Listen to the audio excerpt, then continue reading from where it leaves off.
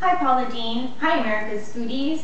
I'm Jaslyn Yanis from Miramar, Florida, and I'm here to present to you the Real Women of Philadelphia's Lori's Tuna Pasta Salad. This was a recipe from my late mother, and she loved to share this with everyone, with our friends and family, every possible occasion you can imagine. She was very famous for her tuna, so she decided to incorporate it in pasta. I mean, why not? So today I'm going to show you her recipe, and I have a little twist, or I've revamped it a bit since then, and I wanted to go ahead and share it with you all today.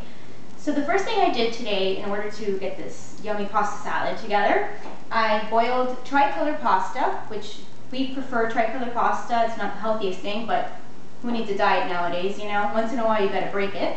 So we had the tricolor pasta, we boiled in some salted water, went about 8 to 10 minutes, give or take. We want it to be al dente. Once we've gone ahead and boiled the pasta, we would drain it, and once we drain it, we would let it cool.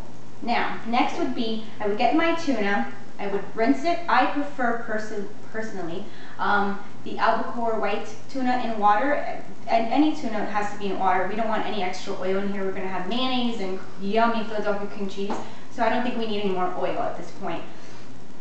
We would go ahead and flake off the tuna and make it to a nice consistency as such, as you can see, and we would add our dry ingredients. The seasonings of the dry ingredients are half a teaspoon of garlic powder and onion powder. We would also add 3/4 of a teaspoon of dill weed, and we would add a teaspoon of celery seed.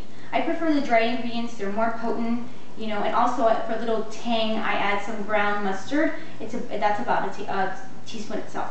So once we've combined all these dry ingredients as such and incorporated, I want to make sure that all the tuna gets incorporated correctly and evenly, we would go ahead and add a cup of real mayonnaise. Now people, I know that some of you are all on diets. I'm always on a diet. I live on a diet. But let's be honest. When you're going to do it, you're going to do it right. So we really want to go ahead and have the real mayonnaise. None of that half calorie, less fat stuff. This is the real stuff.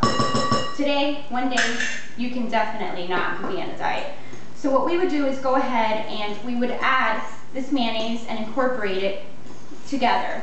And it doesn't really matter how you incorporate it, you know, it's just a matter of mixing it. We just want to make sure that the mayonnaise is in there. Along with the mayonnaise, we're going to definitely add this delicious Philadelphia cream cheese.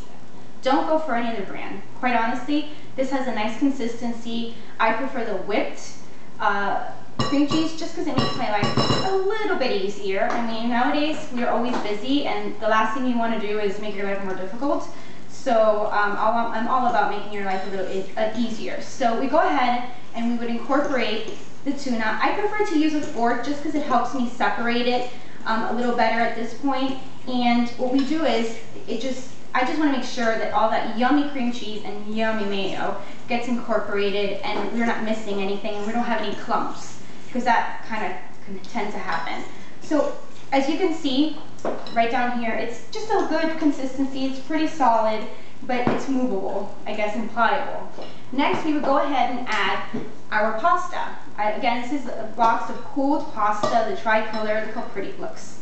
This is really great for spring. I prefer to use it during the springtime. And also depending on where you live.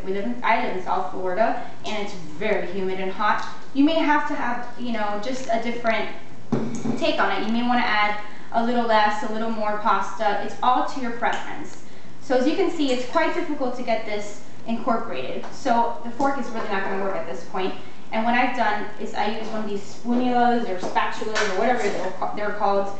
I'm sure they have some technical term for them, but I just got them because they work well and it looks cute.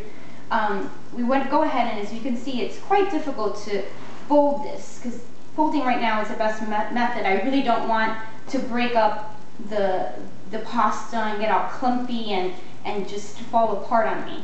So what I've done is I've actually gone ahead and I'm folding this, and again, going back to the temperature where you live, you may have to add a little more mayonnaise, a little less mayonnaise, just based on the humidity. If you're going to have this as a picnic and you're going to have it in a chilled bowl and it's really hot, you may want to add just a tiny bit more than I would recommend, just because you don't want it to dry out and become like stuck together. You want it to be nice and creamy.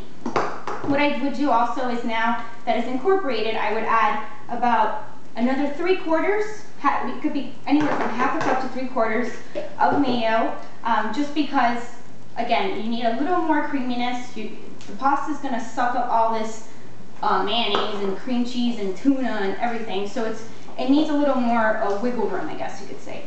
So we go ahead and continue stirring it in. It looks so good, I just can't help myself. I don't want to eat this already. My husband is videotaping me and he's already drooling over there in the corner. So he loves this tuna pasta salad. He craves it all the time.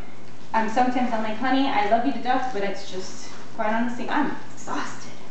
So we've gotten to the point in which all of this is incorporated, okay? As you can see, I don't know if you want to focus on that. You can see that it's a good consistency. They're all covered, with, you know, the tuna and the mayo.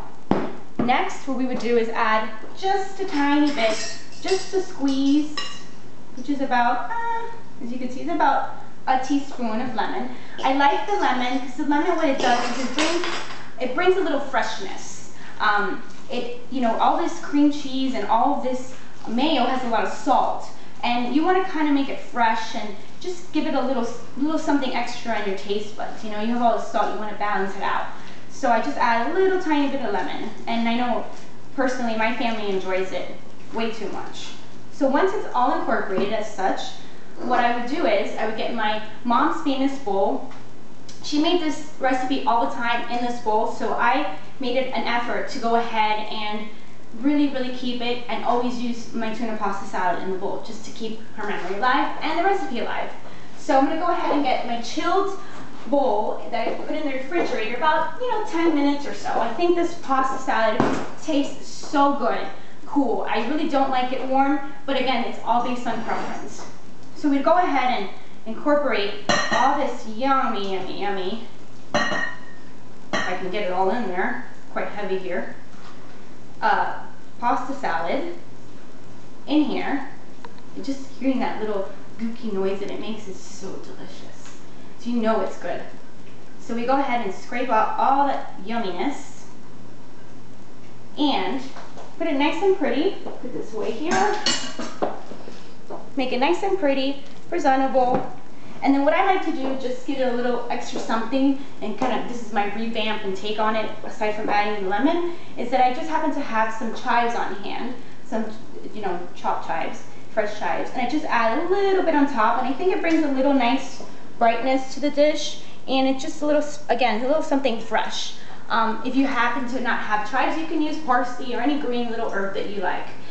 So I just want to say, I hope that you all enjoy this dish and share it with your family and friends like I have, my mother has. And as Paula would say, but I'm going to revamp it, is that she would say, my best dishes to your family, well, this is best dishes to your family, and always remember to revamp it.